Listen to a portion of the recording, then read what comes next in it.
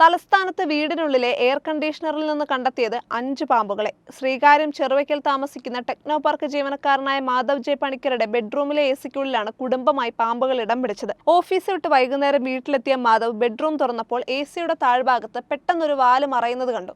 സംശയം തോന്നി എസിക്ക് സമീപം ചെന്നപ്പോൾ അകത്ത് ചെറിയ ശബ്ദം കേൾക്കാനായി ടോർച്ചടിച്ചു നോക്കിയപ്പോൾ ഒരു പാമ്പിന്റെ ഉദരത്തിന്റെ ഭാഗം കണ്ടു. ഉടൻ തന്നെ വാവാ സുരേഷിനെ ബന്ധപ്പെടാൻ ശ്രമിച്ചെങ്കിലും കിട്ടിയില്ല. പിന്നെ പിതാവിന്റെ സഹായത്താൽ വനം വകുപ്പിലെ സ്നേക് റെസ്ക്യൂ ഓഫീസർ റോഷിനെ ബന്ധപ്പെട്ടു. അവരുടെ നിർദ്ദേശപ്രകാരം സർപ്പയിലെ സ്നേക് ക്യാച്ചർ ഗൗതം ഉടൻ തന്നെ സംഭവസ്ഥലത്തെത്തി. ടോർച്ച് തെളിച്ചു നോക്കിയപ്പോൾ കൊബേറി അഥവാ വില്ലൂനി എന്നീ വിഭാഗത്തിലെ വിഷമില്ലാത്ത പാമ്പാണെന്ന് മനസ്സിലായി. എസി ഇളക്കി മാറ്റാതെ ഇതിനെ പിടിക്കാൻ കഴിയില്ല എന്ന് മനസ്സിലാക്കി എസി ടെക്നീഷ്യനെ വിളിച്ചു വരുത്തി. എസി തുറന്നപ്പോൾ 5ഓളം വില്ലൂനി പാമ്പുകളെ ഉള്ളിൽ കണ്ടു.